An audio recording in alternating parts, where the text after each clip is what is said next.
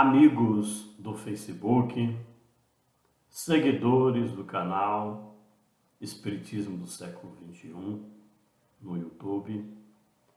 Estamos de novo conversando um pouquinho sobre André Luiz. E aqui entramos hoje no episódio 8º. Sempre a gente pede que os seguidores e os nossos amigos vejam os episódios anteriores para que possa se inteirar adequadamente da sequência dos acontecimentos que André Luiz traz para a gente no plano espiritual. Isso faz com que as pessoas vão se interagindo com aqueles acontecimentos que ocorreram na época que André Luiz voltou para o mundo espiritual. Não se esqueça, porém, de conclamar outros companheiros para que venham nos acompanhar, para que venham seguir as nossas conversas a respeito do Espiritismo, a respeito das lições maravilhosas que André nos traz. Isso é importante. É importante que clique no gostei, é importante que se inscreva no canal. Isso nos agrada tremendamente.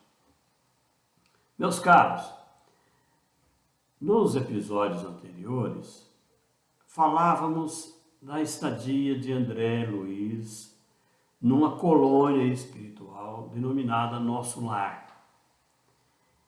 E já estava algumas semanas ali em que ele recebia o tratamento necessário no hospital.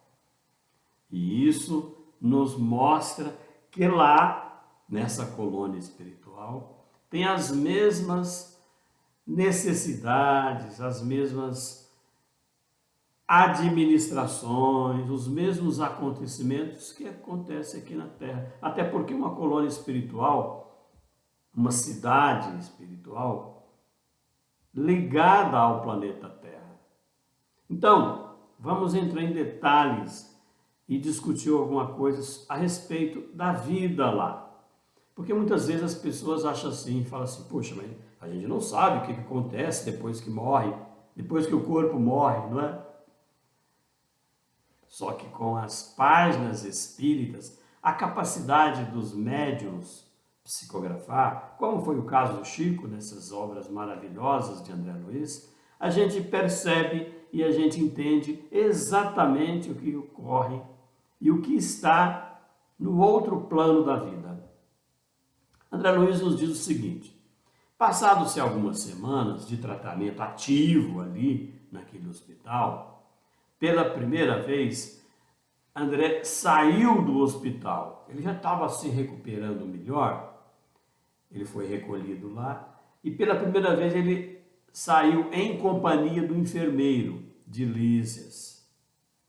Ele foi andar, foi conhecer Nosso Lar, foi conhecer aquela cidade administrativa que recebia as pessoas recém-desencarnadas. É bom que se diga que essa colônia chamada Nosso Lar não é uma região em que as pessoas, em que os espíritos, as entidades espirituais vão viver sempre. Não, ela é provisória, é só uma colônia de preparação para a vida terrena. André diz que se impressionou muito com o espetáculo das ruas.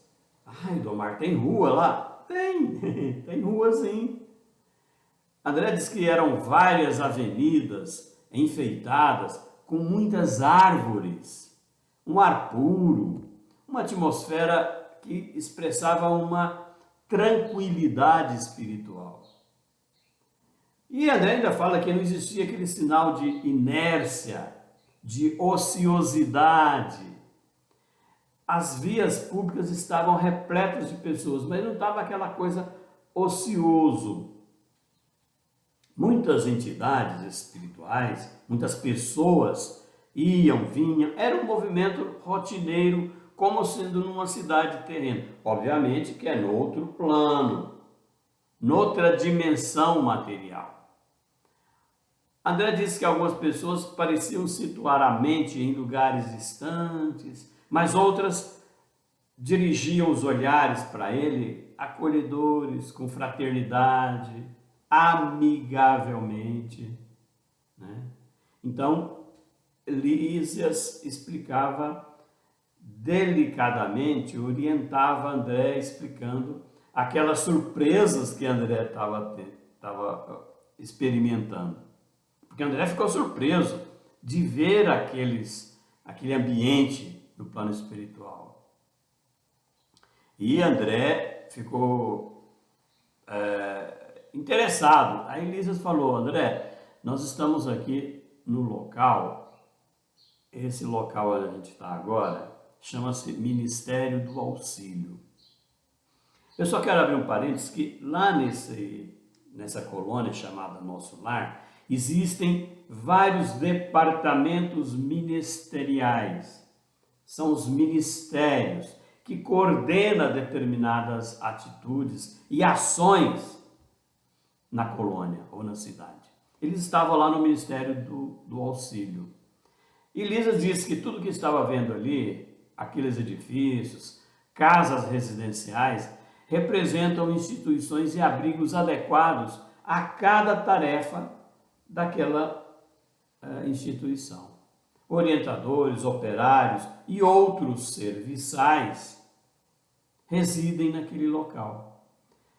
Lísias explica ainda que naquela zona geográfica que eles estavam, atende-se doentes, ouve as rogativas, selecionam preces, e nesse ministério, chamado Ministério do Auxílio, preparam reencarnações terrenas, organizam-se turmas de socorro aos habitantes que ficam no umbral, ou aos que choram na terra, reclamam. Estudam-se soluções para todos os processos que se prendem ao sofrimento. Olha, meus caros, dá para a gente perceber que nessas colônias existem grupos, né, ministérios especificamente, equipes que estão ligadas à terra e que atendem às nossas súplicas, às nossas rogativas, e eles nos acodem. Isso a gente sempre diz, que a prece movimenta tremendamente energia. O próprio Cristo disse, né, que a prece move montanhas. Tem uma passagem evangélica que ele fala que se fosse o tamanho de um grão de mostarda, que é um grãozinho mínimo, muito pequeno, poderia transformar montanhas, né? Então, André ainda perguntou: então existe em nosso lar o Ministério do Auxílio? Aí Lísias falou: claro, André, como não? Os nossos serviços aqui são distribuídos numa organização que se aperfeiçoa dia a dia, sob orientação dos que nos presidem os destinos. Então, lá existem um processo também de evolução, porque muitas pessoas dizem assim: no plano espiritual não evolui. Claro, o próprio Lísias está explicando para André que existe lá também um processo evolutivo, como tem aqui na Terra, né? Aí Lísias olhou bem para André e ainda falou assim: você não tem visto nos atos da prece do governador, cercado de 72 colaboradores? Você viu isso já aqui, né? E esses 72 colaboradores são ligados aos ministérios do nosso lar. A colônia, que é essencialmente de trabalho, de realização, divide em 6 ministérios. Cada ministério tem 12 ministros. Isso Lísias está explicando para André. Ora, gente, a gente percebe que lá existe uma hierarquia e uma organização impecável. Para quê? Para que se faça e se produza um bom trabalho, claro. Aí o Luiz diz, tem Ministério da Regeneração, do Auxílio, que a gente está aqui agora, da Comunicação, do Esclarecimento, da Elevação e da União Divina. Interessante, né? Cada ministério tem as suas atribuições. Os primeiros 4, que eu me referi agora, Lisas diz para ele, né? E que eu citei agora, aproxima muito da Terra, das esferas terrenas. Os 2 últimos, que é o da elevação divina, do esclarecimento, eles ligam muito a planos mais sublimes, mais superiores, visto que a cidade espiritual de nosso lar é uma zona de transição. Ela é transitória entre a Terra e o mundo essencialmente espírita ou espiritual. Os serviços mais grosseiros localizam-se no mistério da regeneração. Os mais grosseiros que ele está dizendo são aqueles serviços mais ligados à Terra, à situação ainda de uma população ainda muito atrasada. Segundo a classificação de Kardec, existe 3 níveis, né? Tem o terceiro nível, o segundo e o primeiro. Nós estamos localizados no terceira ordem. Tem primeira, segunda e terceira. Nós aqui na Terra estamos nessa terceira ordem, que ainda são espíritos ignorantes, né? E ele continua explicando, né? Aí André ainda falou assim, oh, Lisa, eu nunca imaginei a possibilidade de organizações tão completas depois da morte do corpo físico, né? André não esperava isso. A gente às vezes também não espera, né? Apesar de estarmos aqui no convívio da teoria espírita, da doutrina espírita, às vezes a gente ainda fica meio que duvidando, né? A Elisa falou, André, essa questão de duvidar, isso é comum, porque existe o véu da ilusão ainda na Terra. O homem vulgar ainda ignora toda a manifestação de ordem no mundo, que essa manifestação ela é de origem e ela tem procedência do plano superior. A natureza agreste transforma-se em jardim quando orientada pela mente humana. E o pensamento humano, selvagem na criatura primitiva, transforma-se em potencial criador quando inspirado pelas mentes que funcionam nas esferas mais altas. Então, Lises explica que tudo que acontece aqui na Terra vem de uma orientação superior. Nosso lar terá igualmente uma história, como as grandes cidades planetárias. André perguntou, tem uma história de formação? Aí Lisas disse, claro, André, sem dúvida. Os planos vizinhos da esfera terrena possuem igualmente natureza específica. Nosso lar é antiga, é uma região, uma colônia, antiga fundação de portugueses distintos, que foram desencarnados no Brasil no século XVI, né? 1500 e alguma coisa. Então esses portugueses distintos, esse pessoal, esses espíritos mais elevados, que desencarnaram nessa época, claro, em Portugal, eles fundaram, eles criaram o nosso lar. A Elisa explica que foi uma enorme, exaustiva luta, né? Segundo os arquivos do Ministério do Esclarecimento, lá em nosso lar, há substâncias ásperas nas nossas zonas invisíveis à Terra, tal como nas regiões que se caracterizam pela matéria grosseira, André. Aqui também, André, em nosso lar, existem enormes extensões de potencial inferior. Não quer dizer que aqui tudo é elevado. Claro que não. Como há também no planeta grandes tratos de natureza rude e incivilizada. Então, nosso lar está ligado aqui, está ligado aqui à Terra, né? Quando a gente vê isso, a gente entende que nosso lar que essa colônia está muito próxima à Terra. Aí o Lísio diz que os trabalhos primordiais foram desanimadores, mesmo para os espíritos fortes, porque era um propósito fundar e criar aquela cidade. Então, nesse detalhe, ele explicou que teve que lutar com as mentes incivilizadas, rudimentares da época, né? Os fundadores não desanimaram, esses portugueses do século XVI, né?